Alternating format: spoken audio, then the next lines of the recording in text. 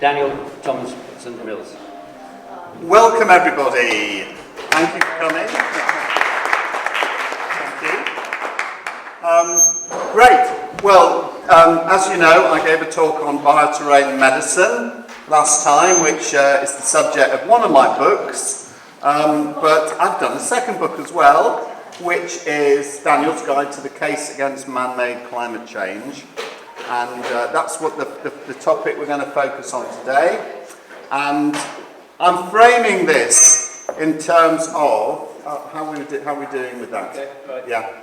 In terms of this is a time of great opportunity, and that's really I want everybody to leave today with a very positive message and inspired, really. Anyway, part of that journey to get to that place is going to be shattering the man-made climate change narrative, and then looking at what's really happening from the grand solar minimum to the galactic current sheet. So I just want to start with a couple of quotes. One is a guy called Mark Crispin Miller, who had a very successful course at NYU University in America on propaganda, deconstructing propaganda. So he's an expert on it, and he said, one, it's very easy to spot the propaganda that you disagree with. It's far more difficult to spot propaganda when you agree with it. And that's most relevant to this topic today. And many of you might know this quote, Buckminster Fuller: "You never change things by fighting the existing reality. To change something, build a new model that makes the existing model obsolete." So it's all about creating parallel society is another way of putting it. And I like this quote also, Dr. Berlander, who's I'm a big fan of. "Everything is perfectly orchestrated and designed for humanity's expansion of consciousness." And really that's the nub of things. It's all about consciousness, and that's where we're going to land it towards the end of this talk. So I want to start by looking at the fact that the planet is in extreme crisis. So is there an environmental emergency? Absolutely. Is it a result of rampant consumerism and a materialistic mindset? Absolutely. Is there an anthropogenic extinction event occurring and a huge loss of biomass? Yes, I've seen an enormous amount of loss of insect life in my lifetime, from when I was a child in the 70s, and you'd often see insects splattered on the front of your car if you went anywhere on a summer night. Now you don't see a dead insect at all on the front of a car. Just amazing how the reduction of that, and of course insects are so key to birds, for example, all sorts of wildlife. So, are the attitudes and activities of many humans out of balance with this beautiful earth? Yes, we can say it is. Is the environmental emergency anything to do with carbon dioxide levels in the atmosphere? No. Thank you. That's the big trick in all of this. So my story is that up until early 2021, I was a rock-solid believer in man-made global warming. Although, to be fair to myself, I did feel that everything was being framed in terms of climate all the time, rather than just talking generally about the environmental problems that we have, the pollution of the seas, of the rivers, of the land, and so on. But I did think that, humans were causing changes to the climate.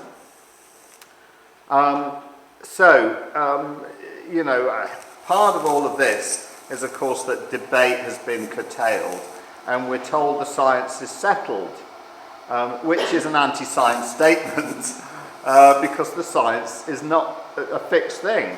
It's a constant evolving process and should involve a lot of inquiry and debate.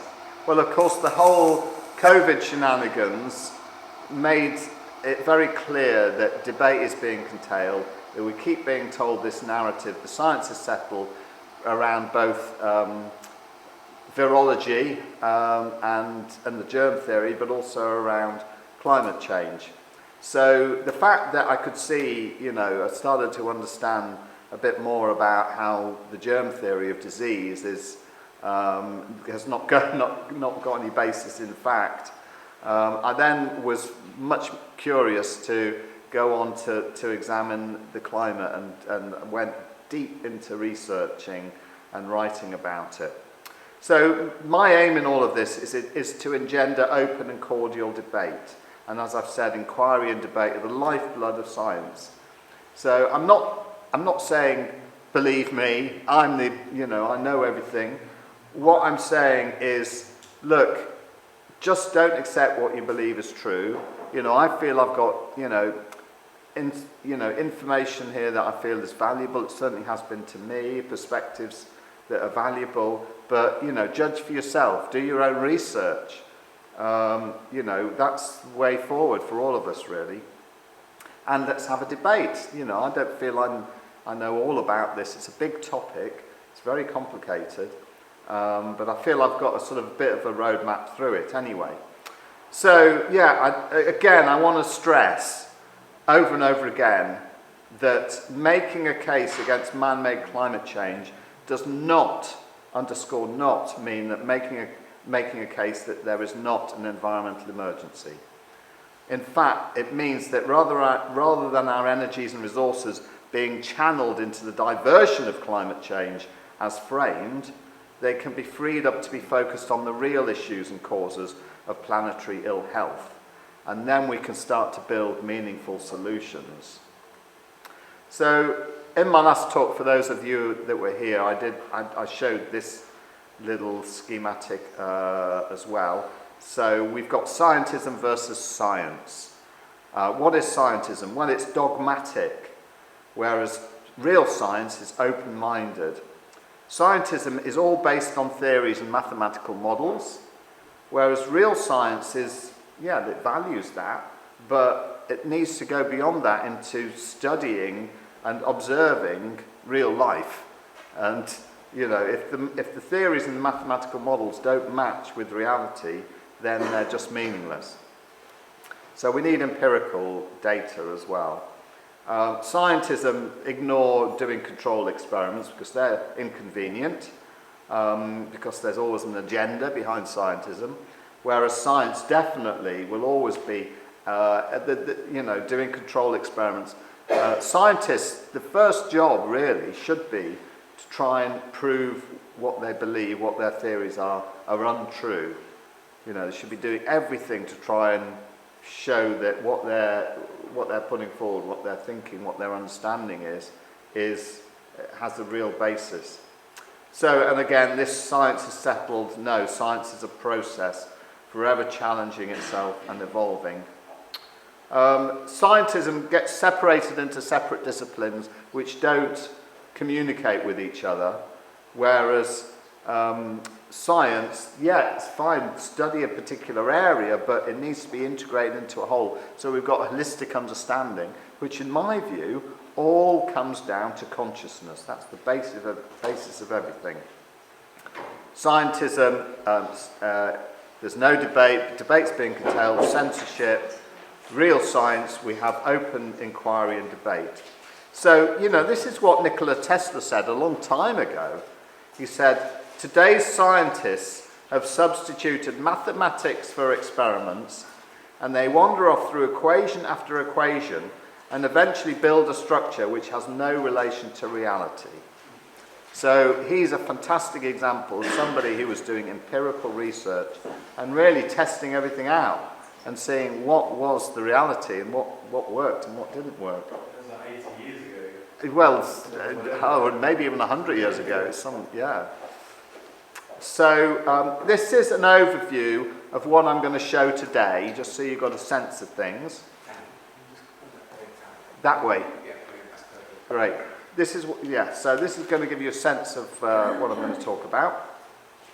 So I've got the 6 pillars of the case against man-made climate change. So I've kind of formulated, how to navigate through this topic by breaking it down into 6 particular areas. So the first one is that climate change is caused by the sun. Pretty obvious when you think about it. We're going to look a bit more into that. The second one is that the level of atmospheric carbon dioxide follows temperature, not the other way around as we're told by Al Gore and people like that. The third one is we're going to dive into the remit and operation of the United Nations Intergovernmental Panel on Climate Change, which is, as I'm sure you all know, the main or supposed authority in this area. The fourth one is we're going to see how actually carbon dioxide is the gas of life. It's so vital to life on this planet. We actually need more of it. The fifth one is delving into Agenda 21, Agenda 30 and the Great Reset. I'm sure a lot of you will know a lot about that as well. And Sandy Adams was here recently. She's a fantastic expert and exponent of exposing what that's all about. And finally, we've got ClimateGate, which happened in 2009, a leaking of emails, which sort of showed that, you know, how the climate sausage is made in the factory. As James Corbett puts it, that's not my analogy, but I think it's a great analogy. So we're going to go from there. Once we've sort of broken all of that down, we're actually going to look at in a very brief way, my understanding of how the climate actually works, and then go on from there to talk a little bit about the grand solar minimum. I'll explain what that is later, and the galactic current sheet. And I'm going to talk a bit about the politics behind all of this, because everything has a political dimension, of course. And finally, we're going to land up with what I said earlier, that this is a time of great opportunity to be embraced. Yeah? We're part of birthing a new world here, birthing a new paradigm. So the main takeaways from the talk today is, to begin with, the planet is in extreme crisis. Yes, but it's nothing to do with carbon dioxide. The carbon dioxide narrative is both a distraction from the real issues, of which there are many, and actually an inversion of the truth. And there's a power and control agenda behind the man-made climate change agenda, including the big aspect of it, which is this Agenda 21, Agenda 30. And of course, like in anything, when you look at in ecology, there are various natural cycles, and they cause climate change, and thus the future climate is unpredictable. We can look back at what's happened in the past, we can make some predictions, but nothing is set in stone.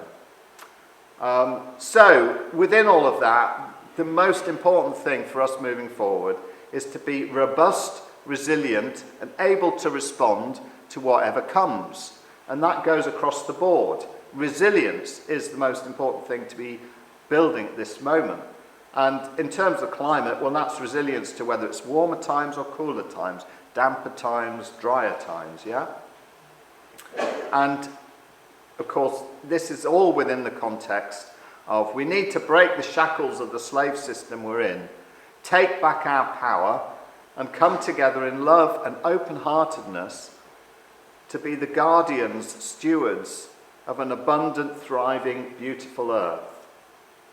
Yeah, I'm going to say that again because I think that's really, really important. We need to break the shackles of the slave system we're in, take back our power, and come together in love, open-heartedness, community, joy, to be the guardian stewards of an abundant, thriving, beautiful earth. It's right there for us. And we've been sold such a dumbed-down version of life, haven't we? And the good news is, that the cosmic energies are facilitating a shift to what you could call New Earth, the vision I've just portrayed. The cosmic energies are supporting that, and things are just accelerating at this time. So they're the main takeaways, and we're going to have a bit of humour along the way, because humour is always important, isn't it? It's always good to have a laugh. People to thank, in particular, Professor Tim Ball, who unfortunately died recently, but he was a stalwart in standing up really to the agendaed science. Forecaster and scientist Piers Corbyn, who used to be the most famous of the two brothers and now is the lesser known. Christian Westbrook, Ice Age Farmer, is another name for him. David Dubine, who has a sort of channel called Adapt 2030.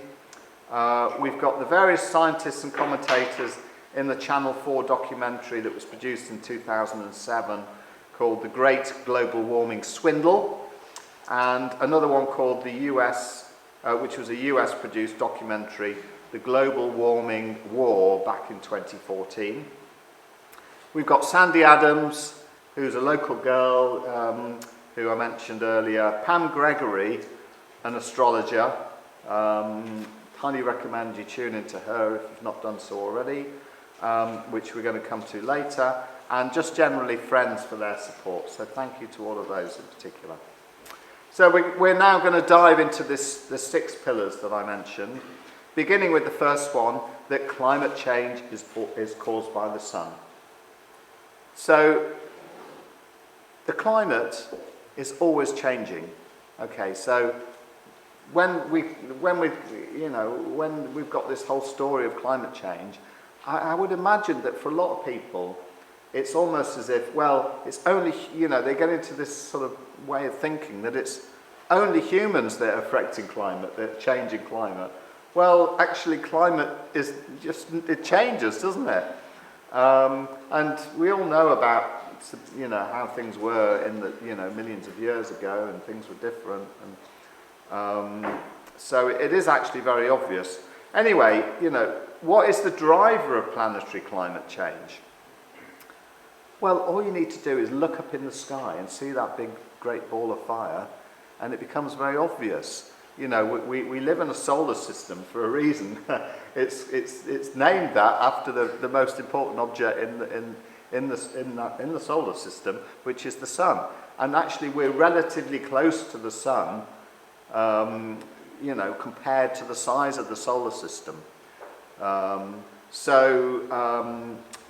sun is driving climate on every planet in the solar system. And we can see, particularly through sunspot cycles, the differing activity of the sun, because the sun has cycles, it waxes and it wanes. And through that, what the sun is doing is it's throwing out electromagnetic energy all the time. And this gets described in the mainstream as solar wind, which is very confusing because it's nothing to do with wind, it's actually electromagnetic energy. And the man who discovered this, who was a great empirical scientist, who was really died in obscurity because nobody believed what he was showing, was called Christian Birkeland. So it's great to name the Birkeland currents this force rather than the solar wind. It's hitting the Earth and affecting the Earth. And as I say, there's fluctuating solar activity, and as a result of that, there's been periods in human history, let alone Earth history, but human history, when the Earth has been much warmer than it is today, such as the Holocene maximum, which happened in the Bronze Age, and the medieval warm period. And life on the planet, including human life, thrived during these times. So, for example, there were vineyards in the north of England in Roman times during the Roman warm period, during the medieval warm period. People were able to live much more easily, up in, higher, latitudes, and so on. Sea ice and, Arctic ice and so on was much less, of course. And Greenland, apparently, when the Vikings discovered Greenland, it was a green land. There was no ice there. So, you know, this is all natural. And there's, as well as being periods when it's been much warmer, there's been periods when it's been much colder, such as the Maunder minimum, which took place in the 1600s, when there were ice fairs on the Thames. And the last minimum was in the early 1800s. We're going to come to that a bit later. Anyway, so it appears that because the sun's activity currently is waning, that we're likely to be moving into a grand solar minimum, which will bottom out in the early 2030s. Anyway, we're going to look in more detail at that later. So, as we've seen, the man-made climate change theory and the consequent climate models do not take account of the sun's activity, which is just bonkers, isn't it? Because this is just a glaring omission. And it's from the start, this renders the theory and the models fundamentally flawed. After all, the most important object, as I say, in the solar system is the sun. And if we're not taking into account that, the effect of the cycles, the effect of other natural variability, how can we know what man's contribution is to climate change, or whether there is any indeed, and what the effect of that's going to be? So, the battle of the graphs. So we've got Professor Michael Mann's version at the top there, which is known as the hockey stick graph. So that shows, supposedly, the temperature on planet Earth has been sort of fairly stable. It's sort of gone up and down a little bit, but it's been fairly stable for a long time. And then hit the 20th century and boom, it's shot up to the point now where, you know, it's just getting ridiculous. That was Michael Mann's version. Well, the reality is a bit different from that. When you look at ice core records, we can see exactly what was going on. And that portrays a different story, where we've got the sun's activity waxing and waning. So we get warm periods like the medieval optimum or the medieval warm period, and little ice ages and so on. The Dalton minimum being the last one. And actually, when you look at where we are now, you know, we're not far off from being somewhere in the middle of all of that, actually. Well, Professor Michael Mann, you know, when he was, when his version of the truth was castigated by Professor Tim Ball, Mann decided to take Professor Ball to a libel court, and he sued him for libel, at which point Professor Ball said, okay, well, let's go for it, and so I'd like to see all your raw data, that how you came to this conclusion. And Professor Mann refused to produce the data. The case collapsed, you know, and that kind of says it all, really, doesn't it? So Peter Taylor, who some of you were maybe here for his talk, great guy. He's an ecologist, he's an activist, and he's a pioneer of the rewilding movement. And he says this: I had simply accepted that the science on climate change was settled without looking into it. But in 2003, I looked at the models and I was shocked that there were no natural cycles in there. I'm an ecologist. My whole education in ancient paleoecology is that everything is cyclic. So after 4 years research at my own expense, I started to visit some of the laboratories and speak to people. They talked about how difficult it is to put natural cycles into the models, so they left them out. This is really bad science. I mean, that last sentence is a bit of an understatement, really, isn't it? So, moving on to the second pillar against man-made climate change, and that is that the level of atmospheric carbon dioxide follows temperature. in the man-made climate change world, we're told that global temperature changes follow the level of CO2, that CO2 comes first, temperature comes second. But actually, when you look at it, there's a time lag. You can draw the graphs, and there's definitely a correlation between temperature changes when we look at the ice core records and the level of CO2. So in Al Gore in his film, he said, well, look, clearly temperature's following CO2. And he did it in such a way that it seemed completely obvious and completely acceptable that that was the case. But actually, when you look at the real data, yes, but there's a time lag between the temperature going up and carbon dioxide going up, or between the temperature going down and carbon dioxide going down. And that time lag is several hundred years.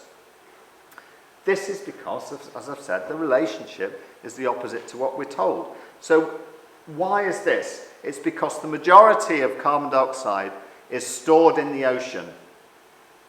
And the oceans are vast and they're very deep, aren't they? So when the temperature of the Earth increases as a result of sunspot activity, the sun is getting more active, it takes a long time for the oceans to slowly heat up and subsequently release more carbon dioxide into the atmosphere.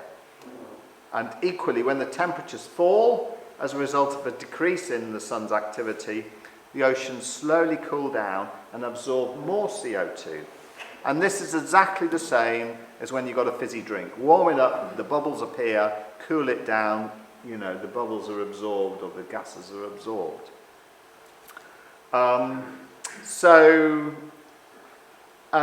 Actually, the level of carbon dioxide in the atmosphere now, and this is, you have to get your head around this, but it's as a result of the medieval warm period, which is about 800 years ago. Yeah? That's what the reality of it. And here's another graph, which is a little screenshot from a graph shown in the Channel 4 documentary, The Great Global Warming Swindle, which was a great exposition of this whole topic, and I sort of go into in depth towards the beginning of the book. So there you can see, there's the correlation between temperature and carbon dioxide levels, but there's an 800-year lag between temperature going up and carbon dioxide going up. When was that documentary? 2007. There's no way that would be shown on mainstream. So it got through the net. And of course, there was a big hoo-ha about it. Big long story. There was an inquiry and because they tried then to kind of come down on it as a ton of bricks on it to say, oh no, they've got it all wrong. But anyway, that's a whole long story which we're not going to go into. Anyway, it goes into that sort of detail in my book. The third pillar against of the case against man-made climate change, we're going to look at the United Nations Intergovernmental Panel on Climate Change. Now, up until early 2021, I was, I knew about the IPCC reports. Who didn't? There were always big news. Doom and gloom scenarios of what was going on, and the latest science report from all these bunch of scientists and so on. And I just read the reports, and I knew what was in the reports, and read not the reports themselves, but the reporting of the reports. And I believed all of it, and I never, I didn't know who set up the IPCC, what its remit was, how it operates. Nobody was talking about that. I just assumed that the IPCC was, it's part of the United Nations, scientists and, seemingly, telling it how it is, Well, now I know differently, and, I ask a lot of environmentalists, do you know who Maurice Strong was? And of course, all of them say no. I would have said no until recently, so I'm not criticising them because people aren't told. We're not talking about this. We need to talk about this. Who set up the IPCC? Well, it was set up by a man called Maurice Strong. Now, he's got an interesting life story, which I'm going to give you a little just potted summary. So he was born in Depression-era Canada, you know, just out in the sticks, in the backwaters. But he wanted to make a fortune, really, wanted to go out into the world. And lo and behold, he did. He got into oil, made a load of money in oil, became a sort of oil tycoon.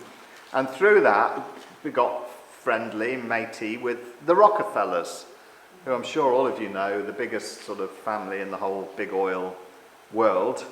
And they saw Maurice Strong as a great guy to be their front man to bring about things that they wanted to bring about.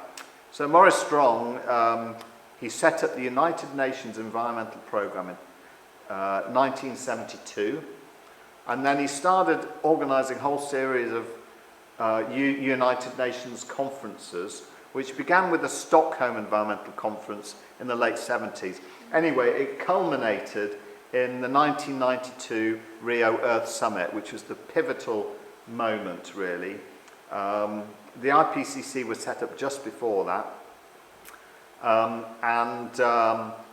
That's when for the first time, there was all the major world leaders talking about what to do about the environmental crisis, and Agenda 21 was begun there, and so on. So yes, Maurice Strong was behind all of this, and behind him the Rockefellers and the Rothschilds. So anyway, when we look at how the IPCC operates, we're going to see it's a political body cloaked as a scientific body. And so we're going to dive into that a bit more. So from the outset, the IPCC controlled the debate, and Strong set up the terms of reference to be the case that, because he limited the charter, quotes, to understanding the scientific basis of risk of human-induced climate change, its potential impacts and options for adaptation and mitigation. So, in other words, before any of the science had been done, the IPCC's assumption that Strong was building into it was that man-made activity was responsible, while the role of the sun and other natural processes were excluded from consideration. Thus, straight from the beginning, thwarting free inquiry based on reason and evidence.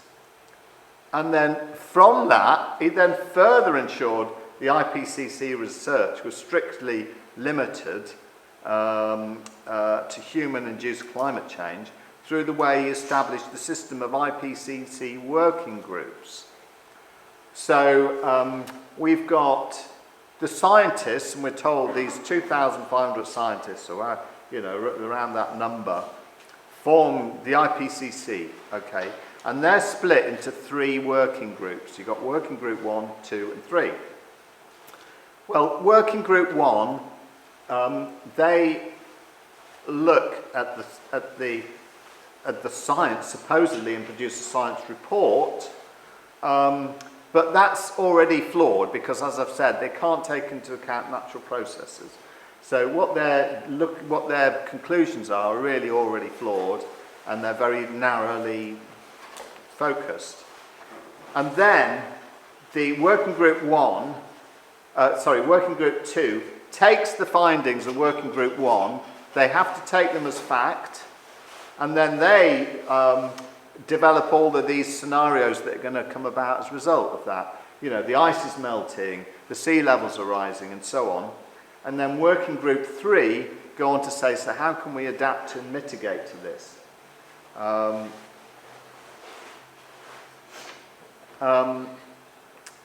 But as we've seen, the computer-based models are all based on little more than an assumption of what's happening, and excluding natural processes. So this is all going on, but at least this is a bunch of scientists, it seems, making these reports. But then what happens is, independent to all of that, you've got a whole load of political appointees representatives of governments and so on, who come together and they basically negotiate what becomes a document called the Summary for Policymakers. So it's completely devoid of all that science. They produce this summary for policymakers, and then they tell Working Group 1 that their science report has to match what's in the summary for policymakers. So, in other words, the politics comes first, the political agenda comes first, the science, which is already massively limited and flawed, then has to match whatever the political agenda is anyway. And the summary for policymakers is published about 7 months before the science report. So, of course, the summary for policymakers comes out in whatever year that they're doing their latest assessment report. That gets all the media attention, all the big fanfare, everybody focusing on that. And then 7 months later or so, the science report is published and nobody notices because they assume it's all in line with what was in the summary for policymakers. Which it is, because it's been told to be in line with it, actually. So we can see the IPCC is a political lobby group designed to promote one concept, anthropogenic global warming, to the exclusion of all others. An approach which is the antithesis of the scientific method, and Strong deliberately set it up in this way for that reason. So we had Václav Klaus, seemed to be quite an astute person, president of the Czech Republic from 2003 to 2013. This is a quote of his. "The IPCC is not a scientific institution. It's a political body, a sort of non-governmental organisation of green flavour. It's neither a forum of neutral scientists nor a balanced group of scientists. These people are politicised scientists who arrive there with a one-sided opinion and a one-sided assignment." So that sums it all up nicely for me. We can go in a lot into IPCC shenanigans. I'm not going to, there's a lot in my book about that. But just to say, just one little example of that. In a letter to the Wall Street Journal in 1996, Professor Frederick Seitz, who was the president of the United States National Academy of Sciences, revealed that IPCC officials had censored the comments of scientists. He said, "This report is not the version that was approved by the contributing scientists listed on the title page." And he concluded, "I've never witnessed a more disturbing corruption of the peer review process than the events that led to this IPCC report." So again, a good summary of what's actually going on there. So, a little bit of humour, guys. So, this is a Bob Moran cartoon. Some of you may know his work. So, we're constantly getting crises manufactured and being, thrown out in front of us. A pandemic, war, economic disaster, famine, climate change, just to keep us all in fear, keep us all distracted, keep us all, panicking and feeling that the world is against us. Right, the fourth pillar of the case against man-made climate change. How are you doing, everybody? Yeah, you're all getting good, great. You're all on board with me, you're all sort of, great, awesome. So the fourth pillar, well, we're going to actually look at carbon dioxide itself, and we're going to find, well, as I did, maybe this is the finding I did anyway, that carbon dioxide is the gas of life. So to begin with, it's a great question to ask anybody who's in the environmental movement. And I really want to stress, people who are in the environmental movement, which includes me, we all care passionately about the environment, yeah?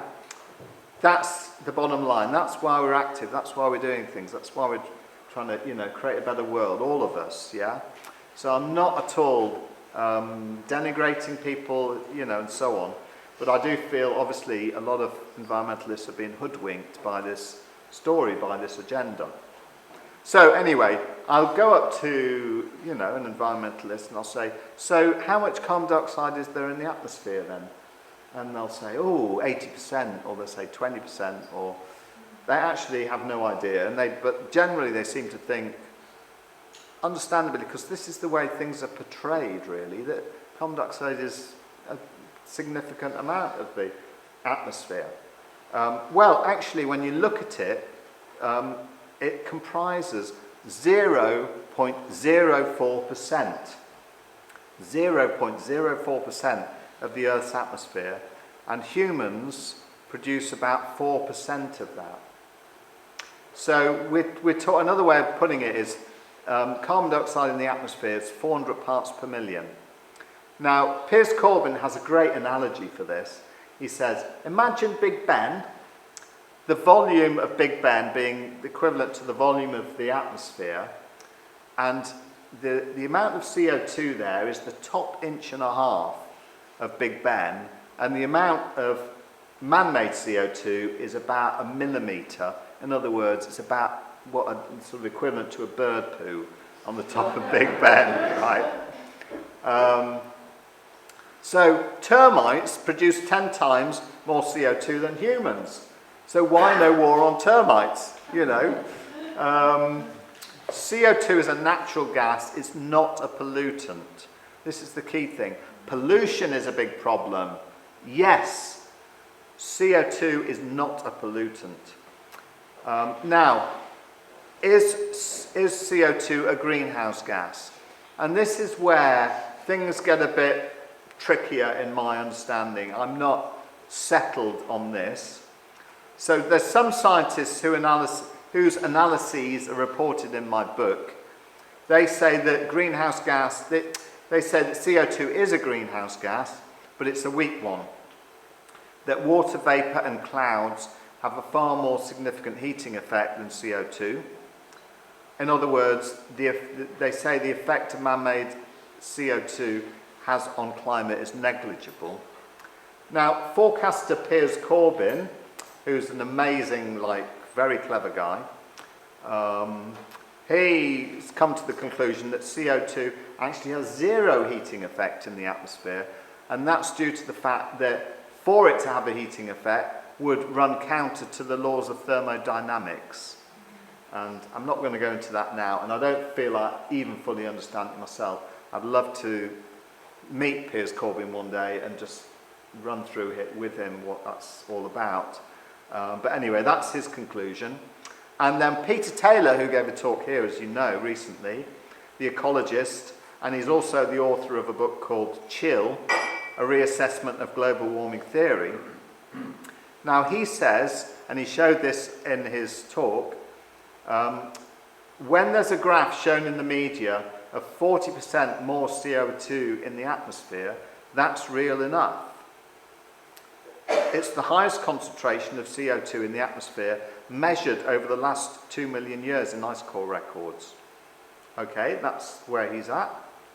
And he says that CO2 has to be coming from somewhere.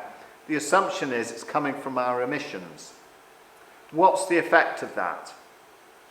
It's not that CO2 has no heating effect at all, but it's very tiny, and the Earth can probably adapt quite easily to that level. The graphs presented to the public always show a straight line, a linear line, of CO2 concentration in the atmosphere rising over recent decades, which looks alarming. However, the heating effect, and this is the important thing, the heating effect of CO2 is not linear, it's logarithmic. So as the concentration of CO2 goes up in the atmosphere, it has less power to heat. So the line showing the heating effect bends, rather than just going up exponentially, it bends and then flattens. It flattens out at about 400 parts per million, which is where we are now. So the additional effect of putting more CO2 in the atmosphere is absolutely minuscule, especially compared to the amount of energy coming in and out of the sun every year. So, I think Taylor's explanation is, it's very plausible. I feel there needs to be, the problem in all of this is we need more debate, we need more real science on this because the science is being manipulated. So it's hard to really get to the truth because the truth is being obscured.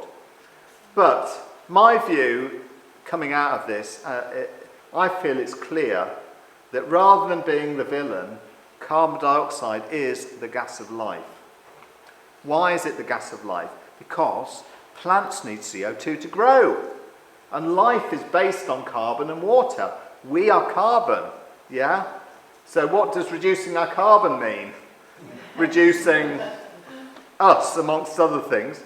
And actually, when you look back over, say, the last 540 million years, we can see that we're at a relatively low level of CO2 now. So we could say we're in a CO2 famine. And actually, more of the gas would be very beneficial because, more CO2 means plants grow faster, they're able to grow more easily in arid areas and so on. And if we think about the Carboniferous period, there was meant to be huge plants growing then, all of our coal and so on comes from the Carboniferous period. It was a time of thriving life on the planet and there was a lot more CO2 than there is now. What is going on here? Well, CO2 is both a distraction from the real issues and an inversion of the truth, in my view, my understanding. So it's a distraction from the real issues, of which there are plenty. So let's just run through some, We've got glyphosate, the most pervasive poison on the planet, yeah? Being sprayed all over the place. It's water soluble. It gets into all the rivers, the water supply, the water cycle. It gets rained down on us. However much organic food we're eating, we cannot avoid glyphosate. Okay, I'm afraid that's the case. Another thing that's often not talked about and often not being focused on is the depletion of the soil. Everything comes from the soil, doesn't it? And we need a healthy soil. We need a soil that hasn't been so abused. We need to rebuild the soil. And, of course, pollution and contamination are so massive. Well, yes, there's been a lot of focus on plastics. Great. We need that. But what about tyres? People aren't really talking about tyres, for example. No, electric cars are being promoted. Well, how do they operate? They've got tyres, more tyres. Another thing that isn't being talked about, at least in the mainstream, certainly being talked about in groups like this, are the harmful effects of man-made electromagnetic frequencies. Wi-Fi, mobile phone masts, etc. And another aspect to that is the energy usage for the mobile data networks, in other words, antenna and Wi-Fi and so on, compared to fibre optics is 10,000 to 1. So why isn't the Green Party saying this? Why isn't the Green Party, for example, saying we need to get away from mobile phone towers and so on, or we should never have done that in the first place. Fibre optics is so much more energy efficient, as well as being not nearly as harmful for our health. Now, of course, a lot of this distraction is to take us away from the core of things, really, which is the debt-based money system, which is constantly siphoning off a large proportion of the wealth of the world to a few. That is right in front of us, or most people, and they don't see that. How is money created? Who creates money? And, of course, from that, we've got becoming central bank digital currencies, which I think people are becoming more aware of now in the mainstream. Now there's a consultation out about it, for example, but probably, still there's a lot more that are going on here that most people are aware of. And then we look at, well, what are the proposed solutions to the environmental problems that we've got? Well, when we look at them, but in my view, the ones that are being put out in the mainstream are actually harmful to life and counter to meaningful change. So we've got nuclear power. Well, nuclear power is totally dependent on fossil fuels, and there's disaster waiting at any moment, isn't there? That's just some aspects to it. What about, another solution being proposed, genetically modified crops and more agrochemicals, bigger farms, getting rid of small-scale farming. And we're all going to want to eat lab-grown meat, aren't we? Put your hands up if you want to eat lab-grown meat. Genetically modified, artificial, God knows what. Yum, yum, yum. Get away from real food. Electric cars. Well, anybody who thinks they're green, God knows why. It's just so bonkers. There are lumps of metal and plastic. Well, how do they come about? Mining, fossil fuels, tyres. How does that come about? I could go on. All the lithium mining and the damage, and huge damage to the earth as a result of that, and so on. Wind farms. Well, again, you can only have wind farms if you've got fossil fuels. Unfortunately, they chop up a lot of birds. They're very damaging to bird life, and really, they're relatively, they produce very little power anyway, compared with the power consumption of this UK, for example. There may be some, I can't remember what it's called, but the substance that makes it is particularly hazardous when they run out of their lifetime. Yes. Well, you got all the lithium batteries and everything. Yes. Another thing that's being proposed, well, for example, by Bill Gates, geoengineering. Well, what we can do is we can spray a whole load of stuff in the sky to blot out the sun, reflect the sun's rays, cool the planet. My God, yes. And I won't say any more about that. And then, of course, carbon credits and carbon trading. Let's just make a load of money from this, and make it all, it's just another way to wheel and deal and, make money.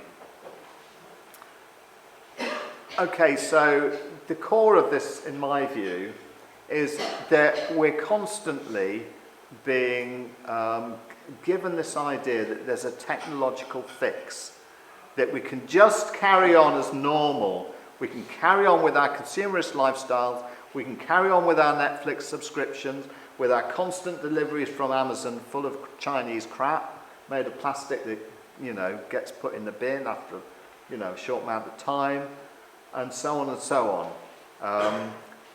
But all we need to do is we just need new technology. So we need to change from petrol and diesel cars to electric cars. We need to change from fossil fuel power to nuclear power. We need to change from small-scale farming, animal-based farming or whatever, to genetically modified crops and more agrochemicals and bigger farms, and so on and so on. That's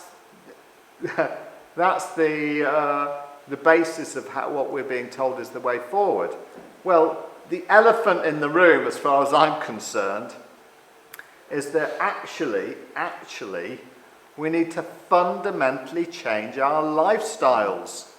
Yeah, our lifestyle is unsustainable. It's, this consumerist lifestyle, this materialistic lifestyle, this I need more and more and more and more, and me, and I've never got enough. And I need to go shopping because I feel so unfulfilled in my life, So it's all coming down to consciousness, as I say, and a reality that, the reality is people are disconnected from the earth. We're disconnected from each other, we're disconnected from the earth, so we need to refine that connection, rediscover who we really are and what our real role on the planet is, which is to be guardian stewards of this earth and to come into the heart and so on. So, and last but not least, this whole carbon dioxide story is an inversion of the truth because, as I've said, carbon dioxide is the gas of life. We want more of it, actually. So, the fifth pillar of the case against man-made climate change is Agenda 21 and Agenda 30, and subsequent to that, we've now got the Great Reset of the World Economic Forum. So, Agenda 21, Agenda 30 is an all-encompassing program under the banner of the United Nations, which sounds laudable to bring about sustainability, but in fact the agenda is to bring about total control by the powers that be of the world's natural resources, which includes you and me. And, you know, it's a big topic, you know, and Sandy Adams did, for example, a 3-part interview on UK Column about this. So, you know, this is just giving you a very brief overview. But this plan involves moving the global human population out of the countryside into smart cities, where people will own nothing and be happy. Yes, got our Klaus Schwab's or the World Economic Forum's statement, and be under total surveillance and control. And then this agenda dovetails with the Great Reset of the WEF, which includes the push to merge humans with artificial intelligence. Another word for that is transhumanism. And it dovetails with the debt-based money system, including the current push towards a cashless society with central bank digital currencies and a Chinese-style social credit system. These are all big topics which I'm only just able to touch on this evening, but yes. Here's a quote which is very interesting. So, if you remember, the Rio Earth Summit in 1992 was where Agenda 21 was formulated and where it came from. And so it was a very pivotal moment. And at that conference, there was a Canadian international investment banker called David Lang, and he was being interviewed by Edmund Rothschild. And this is what he said in the course of that interview. So you have to remember that that time, they're really just formulating how they're going to put across what they want to bring about in the world. And he said, these are the people that sort of trying to manipulate things, obviously. He said, "I suggest, therefore, that this be sold not through a democratic process. That would take too long and require far too much of the funds to educate the cannon fodder, unfortunately, which populates the earth." So, in other words, they saw that the environmental movement was a way to, if they could control that, they could bring about their agenda. And that was really what the Rio Earth Summit was all about. It was about co-opting the environmental movement and using it as a kind of Trojan horse to get their agenda out to the world, because everybody could see more and more and more that the environment was in crisis, that something needs to be done about that. But you know, they had ways, they had plans really, which is all based on greed, of course, of how they wanted, you know, to control things and take more of the world's wealth. So they were able to manipulate things through the environmental movement, and that's just got more and more to the case today. So, of course, now we've got, every year we've got what's called a COP conference, which is what does it stand for again? Anyway, it's the latest sort of update of looking at what needs to be done and making decisions on the sort of climate issue. And we had the one in Glasgow the year before last. And there was this thing called the Global Financial Alliance for Net Zero, or GFANZ, was launched. And this boasts the most ambitious goal yet, to organise the assets of 450 major financial institutions across 45 countries and commit them towards achieving a net zero economy. And the value of those assets, a cool $130 trillion. Well, just to kind of get to the nub of this, James Corbett said, in a nutshell, what this is all about. It's about heading towards a world in which the bankers will be able to use the cover of climate change to, quotes, eliminate national sovereignty, privatise the natural assets, for example, ecosystems and ecological processes of the developing world, and force increasingly technocratic policies designed by global governance institutions and think tanks on ever more disenfranchised populations. Justin Walker, who also was here giving a talk recently, this is a quote from him. The billionaire megalomaniacs who meet annually at Davos are designing a future for us. If you want to know what this will be like, take a look at China. There you have the artificial intelligence and a central bank digital currency allied with a social credit scheme. What we're seeing there is technocracy, where technology runs people's lives. Ordinary people cannot make any decisions. The state does it all for you, and most times it's done by artificial intelligence. So you're not even dealing with human beings. That's what's coming down the road for us very fast indeed. So yeah, that's the reality of actually, what digital ID, digital currencies, etc. Are going to create for us if we allow it to. And that's the big thing, if we allow it to. Good old Bob Moran. Yeah. I'm not going to say anything about that. I think it's self-explanatory. And most recently, we've seen the 15-minute city start to play out in the UK, in Oxfordshire, where Oxfordshire County Council have proposed to divide the city of Oxford into 6 15-minute districts. In these districts, it is said, most household essentials will be accessible by a quarter of an hour walk or bike ride, and so residents will have no need of a car. So it all sounds very laudable. Yeah, we want to make things more local, more small scale. I agree with that. But actually, it goes beyond that, doesn't it? Because residents will have to register their cars with the council, and they will be tracked to count their journeys through the key gateways. So it's in other words, it's a social credit scheme starting with your car and working like anti-frequent flyer points. And under the proposals, if any of Oxford's 150,000 residents drives outside of their designated district more than 100 days a year, they're going to get fined £70 each time. And where does this all come from? Of course, it all comes from the World Economic Forum. All roads lead to, not Rome in this case, but the World Economic Forum. And this is a quote from them.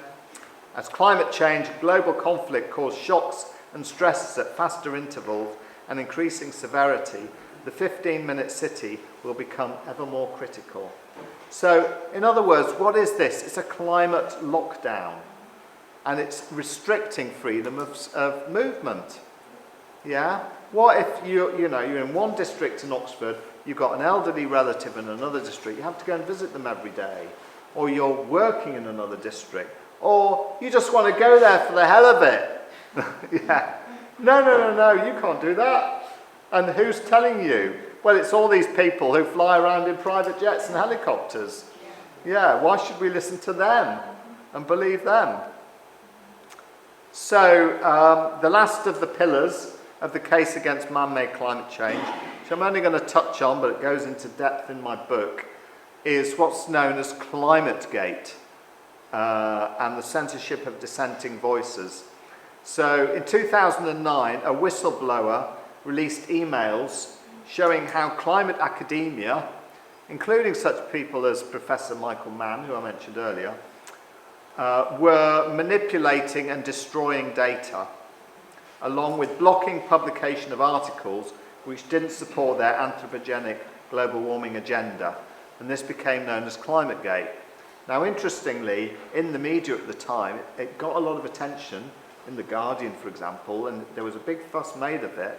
But very quickly, a bit like the Channel 4 documentary I was mentioning earlier, you know, there was a public inquiry about it and so on, and it all started to get portrayed as, no. This isn't manipulation of science. It might look a bit like that, but no, not really. It's not like that at all. And it was all whitewashed, and then The Guardian very quickly, and other people who were reporting on it, went along with that line. But yeah, it's still very relevant today, because as I said, it shows how the sausage is made in the climate change factory. So, another little cartoon.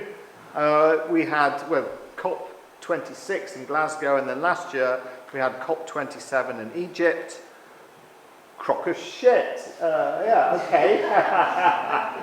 It's got, you know, debt for nature swaps, it's got climate lockdowns, it's got trillions to the top, unattainable goals, carbon slavery, unfalsifiable woo-woo science, energy and food shortages, destroyed lives, wrecked economies. All brought about by the politicians, the bankers, and so on. Yes. So I think this is a great time to pause. We've got through the 6 pillars, and now we can start to come out the other side after the break, and we can start to see actually how things are working in the climate and so on, and we can start to think about actually how we're a part of all of this, because we're co-creators of the universe. And there's a very positive, inspiring message at the end. Yeah, so let's have a bit of a break at this moment. Thank you. Right, everybody. So, as I said before we broke, this is when really it starts to get exciting, really. Now we're through the sort of conditioning of what we're being told, we can actually start to figure out what really is going on. And this is much more useful to us. So how does the climate actually work? Well, I'm going to give you my understanding in a very brief nutshell, which is that solar activity creates the Birkeland currents, often called the solar wind, as I've said, and they move at 1 million miles per hour, and they upset the magnetosphere and the ionosphere of the Earth. The moon is part of this as well, so that has an effect. And that moves the jet stream, which is a very high in the atmosphere jet of wind, if you like, jet of movement of air. And that gives circulation changes of weather and climate, which then govern in the long term carbon dioxide levels, and as we know, carbon dioxide is the gas of life. So it doesn't happen the other way around. Carbon dioxide is not driving things, as we've seen. The sun drives carbon dioxide. That's a whole big topic. You know, in a workshop space I could go much more into detail of that, but I'm just going to leave it at that for now. So, another little cartoon to amuse us, just to create a bit of, you know, humour along the way. Thank you, Bob Moran. Yeah, so we had this reported in the Daily Sceptic in November last year. The coldest November day at the South Pole was recorded on the 18th of November at minus 45 degrees centigrade. Arctic sea ice is making a significant comeback. The zoologist Dr. Susan Crockford has reported that there's more sea ice forming in the Hudson Bay, enabling hunting polar bears to head out to the ice earlier than they have been. Coral is growing on the Great Barrier Reef with a vengeance, and according to the latest science satellite data, the global temperature hasn't moved for over 8 years. So I'm not saying that I accept this as fact, but it's all interesting information that adds to the debate and needs to be looked at more, really. It's part of really formulating our understanding of what's really going on. Right, I'm going to talk a bit now about the grand solar minimum. So if you remember, I've said that the sun has a cycle. Every 11 years it goes from a peak of activity to a trough of activity, and then 11 years later is back up at a peak. And they're called solar maximums and solar minimums. And they're very predictable, but every so often you get a particularly high peak, which is known as a grand solar maximum, and a particularly low trough, which is known as a grand solar minimum. Now, we can look back in the past, and the sun's activity is very predictable, so we can see what's happened in the past, and then we can bring that forward and predict what's going to happen into the future. And people like Piers Corbyn, Derek Devine, Christian Westbrook, a guy called Professor William Casey, who was a NASA scientist, various people have been saying and pointing out we're actually moving into what can be called a mini ice age, which I think is probably not the best way of describing it. It sort of gives this impression that we're going to be locked up in ice, which isn't quite what's going to happen. So I think grand solar minimum is a better way of putting it. And the likelihood is, but nothing is set in stone, as I say, it's just a prediction, that we're moving into that now, and that's going to accelerate and bottom out in the early 2030s. So we need to be preparing for this now. This is important information. And as I've talked about the solar cycle, and so if we look back in the past at when there's been grand solar minimums, the last one was in the early 1800s. They've been well catalogued through the millennia, and in human terms, they've resulted in food shortages. It's hard to grow food, economic contraction, and often population migration. And so, as I say, it looks like we're moving into one now. So, people like David Devine, they're recommending people be aware of this and start considering, creating indoor growing space a lot more. Polytunnels, greenhouses, heated indoor areas. We can make use of, for example, running pipes through compost, which generates a lot of heat, and then putting that heat into polytunnels.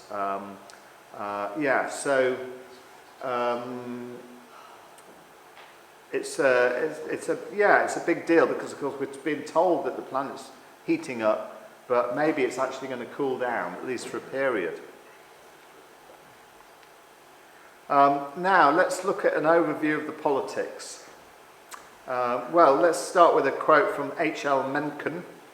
The whole point of practical politics is to keep the populace alarmed and hence clamorous to be led to safety by menacing it with an endless series of hobgoblins, all of them imaginary. So this is my take on the politics of things in a nutshell. If you're a control freak, right, if you want to control humanity, then you seek to control both sides of the debate, and part of that is controlling the opposition. In this case, it's the environmental movement. And as the 20th century progressed, the environmental damage being wrought by industrial, consumerist, oil-based society was becoming more and more clear. So big oil set out to control the environmental agenda by making the enemy humanity itself, and that's actually, we've got the quotes, the common enemy of humanity is man, from the Club for Rome, which was a forerunner, a think tank It was a forerunner of Agenda 21 and so on. So by making the enemy humanity itself and the centre of concern man-made carbon dioxide. CO2 was perfect for the focus of concern because it was irrelevant to the real environmental issues and thus a great distraction, and yet it could easily be portrayed as the major problem to be solved. Solving this problem meant imposing top-down restrictions and controls on humanity, which the 15-minute cities is just one example of, for example. Big Oil ensured the science, supported this narrative by setting up the institutions, in particular the IPCC, to do their scientific bidding. As governments and big institutions, which are beholden to Big Oil, other mega corporations and the bankers, provide the vast majority of funding to scientists and academics, it's easy to manipulate things to make it look as if 97% of scientists agree with the narrative. So in other words, if you want to make your way in the scientific world, you might want to make a name for yourself, you want to do research, the vast majority of the vast majority of funding that's available to you is through governments and big institutions, and they're all based on the man-made climate change narrative, and you have to fit your research into that framework, then of course you're going to do that unless you've got the courage, like Peter Taylor, to step out of that, and it does take a lot of courage. So people's reputations become built around this. People's livelihoods get built around this, and then it just grows and grows and grows. So Big Oil were clearly the villains, and we can see that Big Oil are the villains, and they were happy to be cast as the villains while actually running the whole show and increasing their profits, principally through increased energy prices, which they're constantly manipulating to their advantage. But let's not forget the bankers, who are always at the heart of everything, capitalising from economic booms, economic busts, wars, and in this case, both environmental damage, for example, through big dam projects and lots of mining, and solving, in inverted commas, environmental damage through mining, lithium mining, more extraction of metals, minerals from the ground, raping the earth, in other words. Carbon trading, great, carbon credits, carbon taxes, all of this sort of thing. Yeah, another device to just make more money. So what all this boils down to is the familiar story, which has been going on for millennia. The story of ego, the story of separation, the story of some people having a great lust for wealth, power and control. It's gone on ad infinitum for many, a long time. So here's a bit of, fun. I've translated some terms for you just to make, just to define these things for you. So what does carbon neutral mean? It means without life, because we're all carbon-based forms. Without any carbon, there ain't no life. Renewable energy. Energy that's still created from hydrocarbons, but costs so much more. Technology with a green veneer that's detrimental to the environment. I don't want to dish renewable energy completely, by the way, but anyway, there's a bit of fun there. Carbon footprint. Theoretical measure of consumption based on fear of the weather. Smart means spying. The science is settled means don't question the propaganda. And of course, if you're a fact checker, well, actually, you're a censor or a propagandist. Carbon trading, another way to make loads of money. Net zero, zero idea what we're talking about. Carbon offsetting, business as usual to create a green veneer. Agenda 21, Agenda 30, well, of course, that's technocracy or totalitarianism by any other word. And nuclear power. Fossil fuel use, huge expense, potential disaster any moment, and nuclear waste that takes many thousands of years to degrade. What's not to like about that? And lab-grown meat, Soylent Green. I don't know whether any of you have seen that film, but anyway, yes. Well, so this really gets to the nub of my talk, the really inspiring bit, you know. Where do we go with all of this, yeah? And this is a time of great opportunity. I really want to stress that. This is an amazing time to be alive, to be in this world, despite all the shit that's going on. Despite all of that, yeah? We are co-creators in this universe. We are, you know, we have so much more potential and power than we're told, yeah? And the universe it's an intelligent design. Yeah, that we can talk about maybe the hand of the creator behind everything. And what is everything? What is reality? What is life anyway? It's all energy, frequency, and vibration. So what is the energy that we're putting out? What's the frequency that we're putting out? What's the vibe that we're creating? And you know, a big part of that is we have tools like prayer and meditation to help to bring us into a place of connection, of stillness, of and using our powers of co-creation in the world. Coherence. Coherence is a great word. Thank you. Harmony. You know, creating harmony. Now, I have talked about the grand solar minimum, which is an important natural cycle, part of the sun's cycle, to be aware of. But there are other larger natural cycles. So then the picture then becomes a bit more complicated, because it's not just the sun cycle, although that's very important, obviously, being the solar system. But there's also something called the galactic current sheet, which I can only touch on here. But Rory Duff is a great guy in this regard. He's not far away, as he lives in Somerset. He's an amazing. He's sort of been studying energy lines, ley lines for many years. He's bringing a very scientific methodological approach to that, along with a deeper understanding of these things. And he's talking a lot about the galactic current sheet, which the Earth moves into every 12,000 years, and this is bringing in not only the reduction in solar activity, but the galactic current sheet is bringing in a lot more cosmic energy onto the planet. So there's a lot of talk of, we're being bathed much more in cosmic energies, which is bringing in new information, which is bringing in sort of downloads to planet Earth to produce an upgrade here. So it's certainly something that I feel strongly, I feel strongly this is our reality that we're coming into, a time of great change.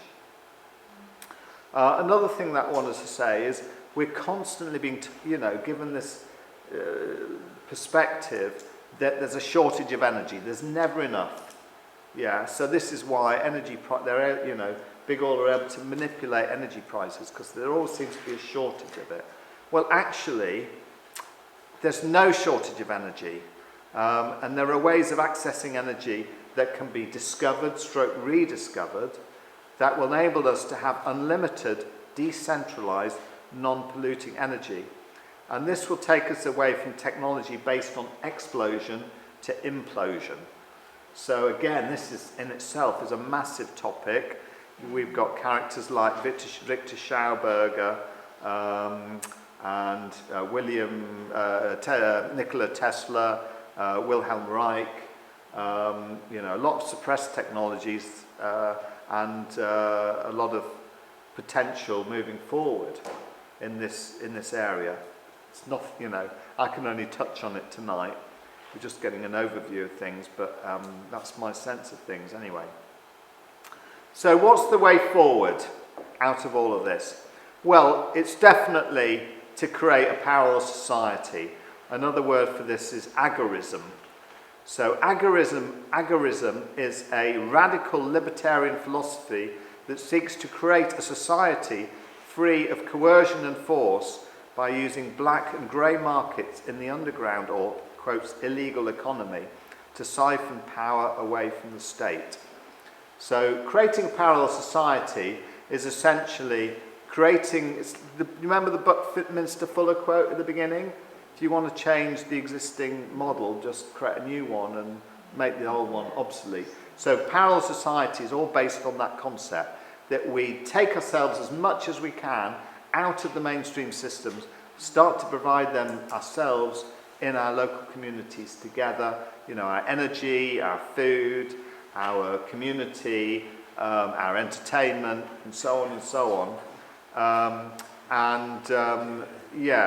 Disinvest from the mainstream. And that's going to make us so much more robust and resilient, particularly as and when things like digital currencies come about. And as I said earlier, the important thing in all of this is to be robust, resilient, and able to respond to whatever comes. And concerning the climate, it's like whether it's warmer times or cooler times, damper times, warmer, drier times. But generally across the board, resilience is the key to this. And regenerative agriculture is a big part of that. So I've got friends running a regen farm local to me who said that last year's growing season was the best one ever for them. Do you remember they had a lot of drought and a lot of people were struggling to irrigate things, but they said that they had the best growing season ever and they didn't even irrigate during those months of drought with the biggest sweet corn ever, because they'd built up the soil. They've been building up the soil for years. Because of the practices that they use, the soil was able to retain the moisture that it had, and so on. And all the thriving microorganisms in the soil, were keeping everything really healthy and vibrant. And as I said at the beginning, we need to break the shackles of the slave system we're in, take back our power, and come together in a good way as humanity, based on love and open-heartedness, to be the guardian stewards of an abundant, thriving, beautiful earth. And I love this bit of poetry from Percy Bysshe Shelley. Rise like lions after slumber in unvanquishable number. Shake your chains to earth like dew, which in sleep had fallen on you. Ye are many, they are few.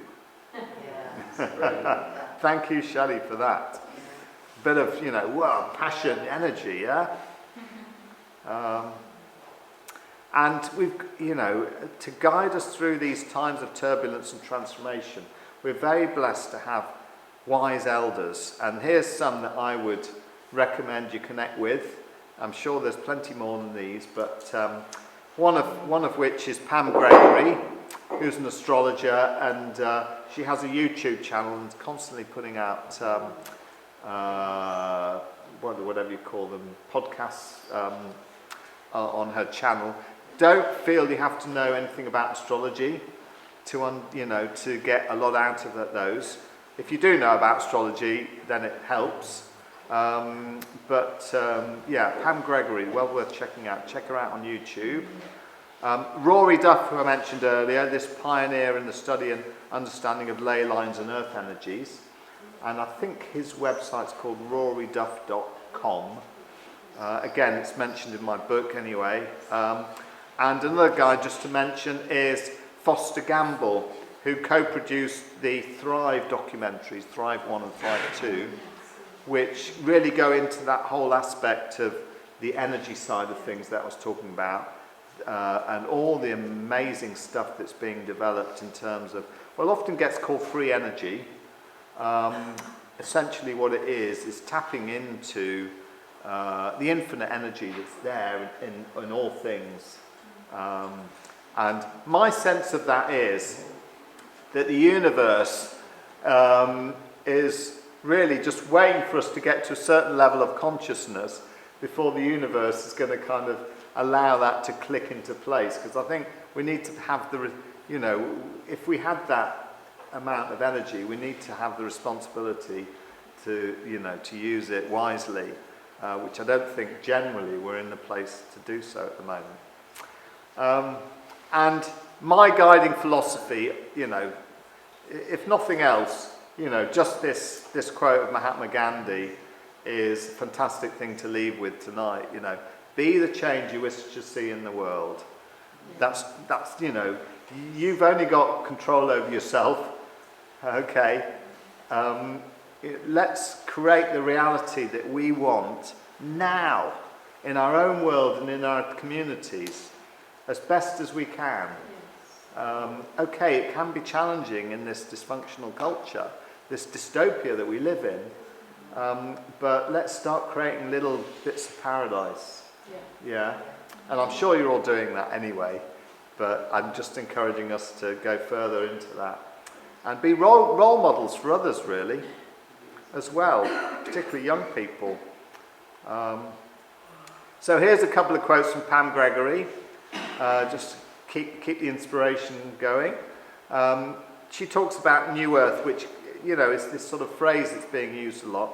And just to clarify what that is, she says, New Earth is a frequency, it's not a place. It's a frequency of love, compassion, and community.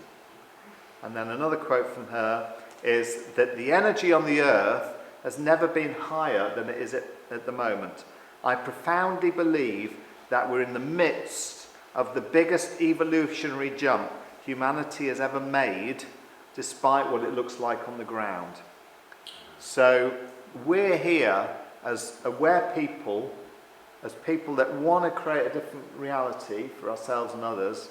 We're the pioneers in all of this. We're the midwives, yeah? And let's bring that about. So, in conclusion, it's time to see through this sophisticated deception, reclaim our power and sovereignty, reconnect with ourselves, with others, and with nature to create a truly magnificent world. And it's all there waiting for us. So just to give some thanks to Bob Moran for the cartoons, and that finishes with my email address. You're welcome to contact me. I'd love to hear from you, and my website, which has got various things on it, including recordings of talks I've done. So that the talk from tonight will go on there at some point as well. So thank you very much.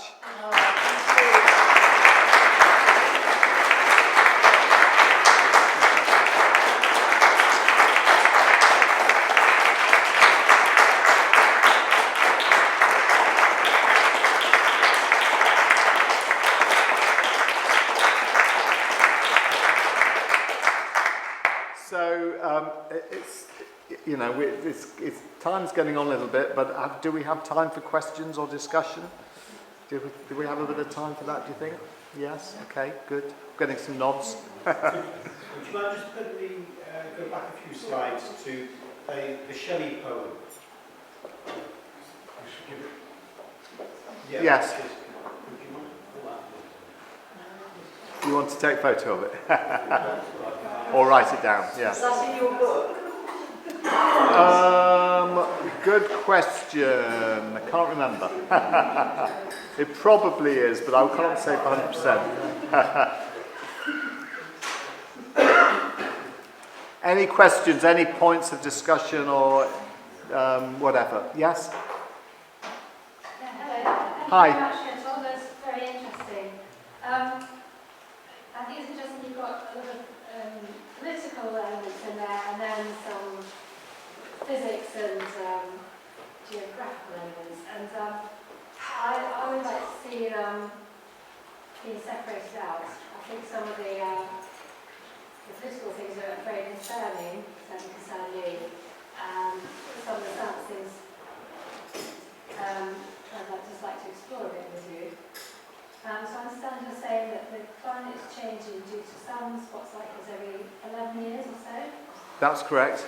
And then the galactic current sheet every 25,000 years or so. 12,000 years. 12,000.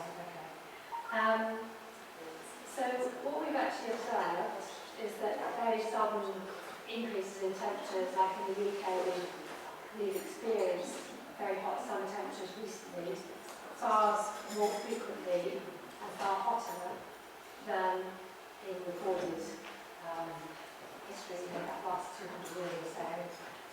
And that is in line with the climate modelling, the science, and in sort of the middle to upper range of what's been predicted. So how do you account for that occurring so quickly, just in the last, particularly last 20 years? Well, what I would say is actually... 11 or 12,000 years. sorry, I missed... Sorry, He had one sun cycle of 11 years, and he had another galactic current shoot cycle of 12,000 years, yes. But we are experiencing this very big rise in temperature, and also, disruptions in weather, storms, floods, droughts, etc. Much more so recently. How do you count? Well, actually, I would dispute that, because actually you can look back, right back to the late 19th century, at newspaper reports, of massive flooding, unprecedented flooding, droughts, unprecedented droughts. So extremes have been recorded, right through the era of the sort of media, the newspapers and so on. So it's very easy to portray, like the drought last year as unprecedented, especially when, for example, the highest temperature that was recorded, which was something like 45 degrees centigrade, wasn't it? 40.3. Oh, yes, sorry, yeah.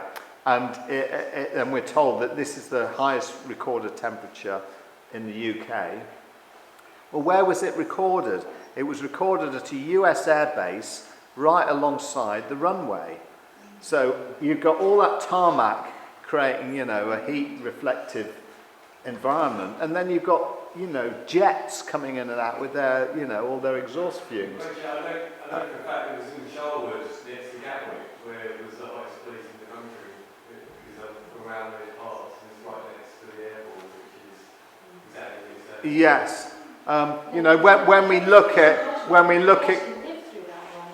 sorry? If you're disputing measurement, we actually lived through that. Well, I'm not saying there wasn't a drought and it wasn't hot, of course. But just one drought does not make man-made climate change. That's where I'm trying to get to.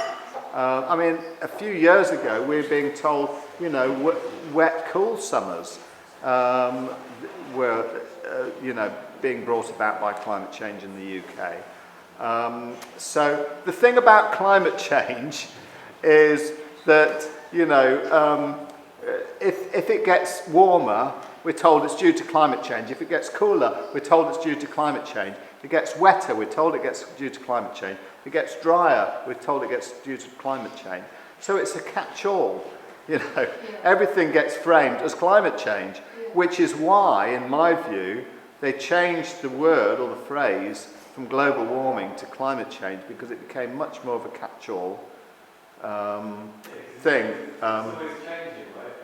And the thing is, it's very, it gets tricky to prise apart what's actually happening, what the real kind of science is, from the manipulated, politically, agendaed perspective and presentation, especially when a lot of it's coming through the media, who are, of course, all corporately owned and are just the puppets of their paymasters, right? So, for example, if we're looking at how temperature is recorded, well, the most, in my understanding, listening to people like Professor Tim Ball and Piers Corbyn, the most accurate way to record temperatures is from weather balloons and satellites. But actually, in terms of the IPCC process, they're using mostly ground-based weather stations, and they've reduced the number, so there's a far greater concentration that are in urban areas where you get the urban heating effect. So it makes it look like there's more heating going on than there is. Yeah, it's a very complicated picture. And as I say, the problem with it is the politics is so enmeshed in it all. You can't put science over here and politics over here because they're so intertwined. And so, you know. I get that they have to try to figure out what's really going on. Well, of course we do. Yes. Politics from it. Yes. Yeah, we certainly need to puzzle it out. But extremes are nothing new. And actually, you know. Actually, saying that they aren't. I think it's more about the frequency of them. And Well, if you look at, for example, hurricanes, there's a portrayal that there's more and more hurricanes. Well, actually, when you look at the data, hurricanes are quite at a low level. There's been some significant big ones, but the number of them is actually less. Sorry? It's more the 4 and the 5 types cyclones. They're the more becoming more common. The more Yes. severe ones. Okay, sure. Have you taken part into account? Yeah, Part.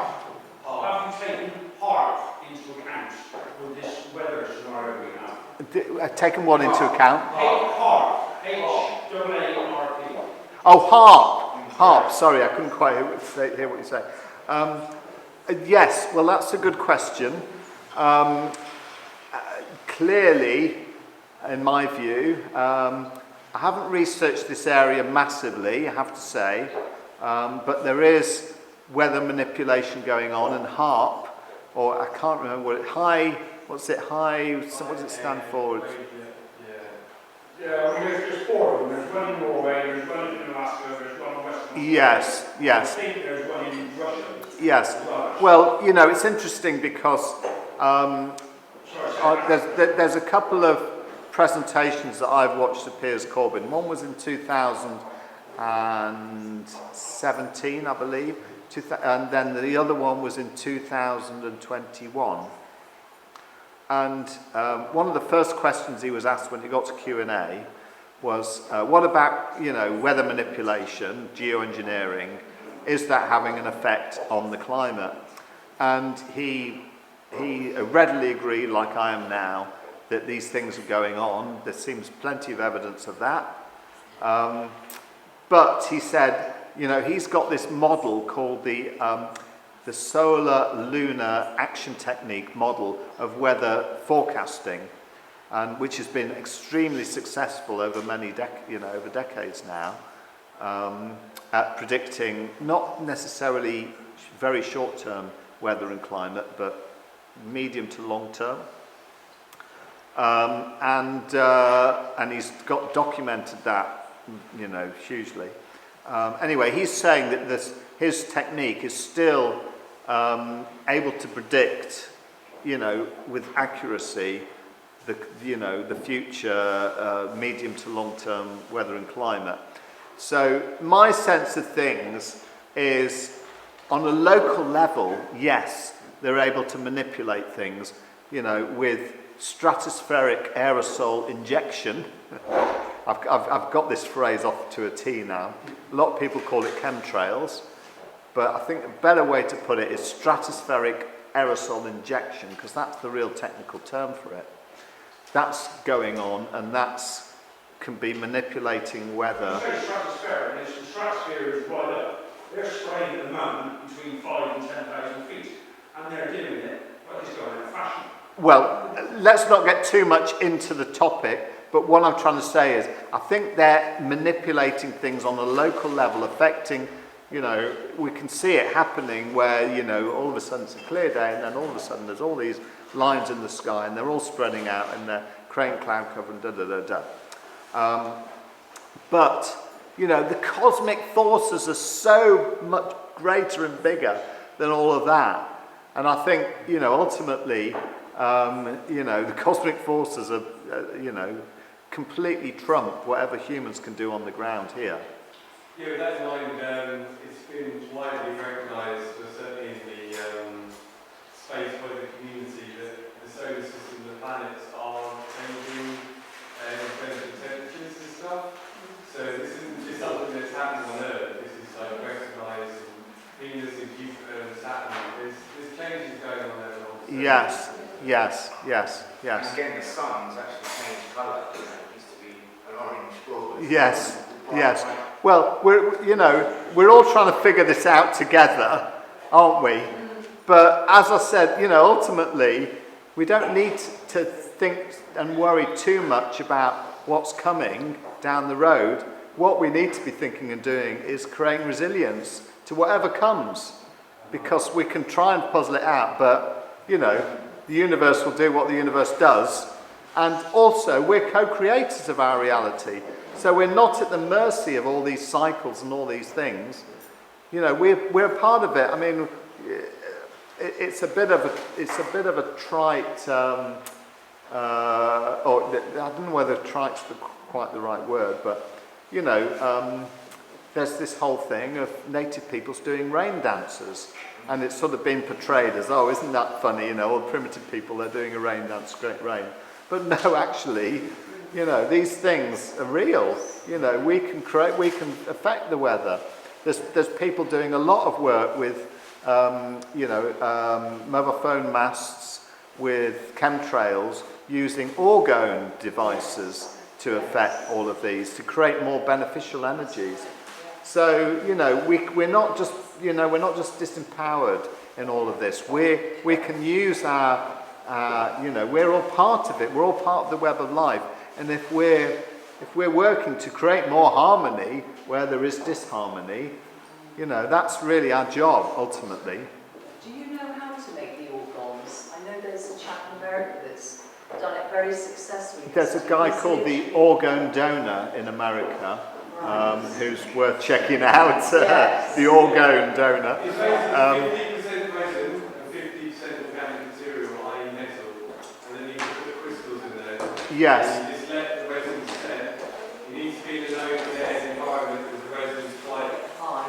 exactly. We need to make sure it's 50-50. I mean, that would be something that would be.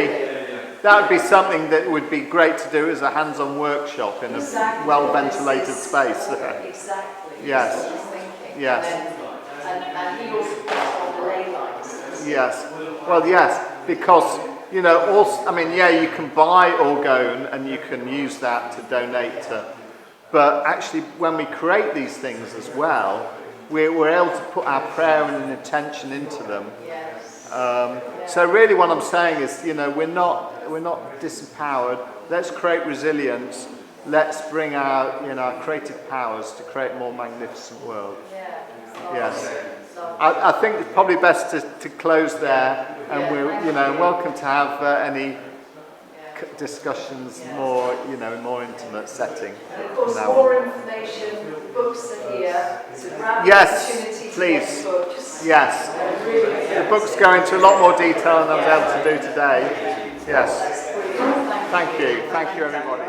Yeah, awesome.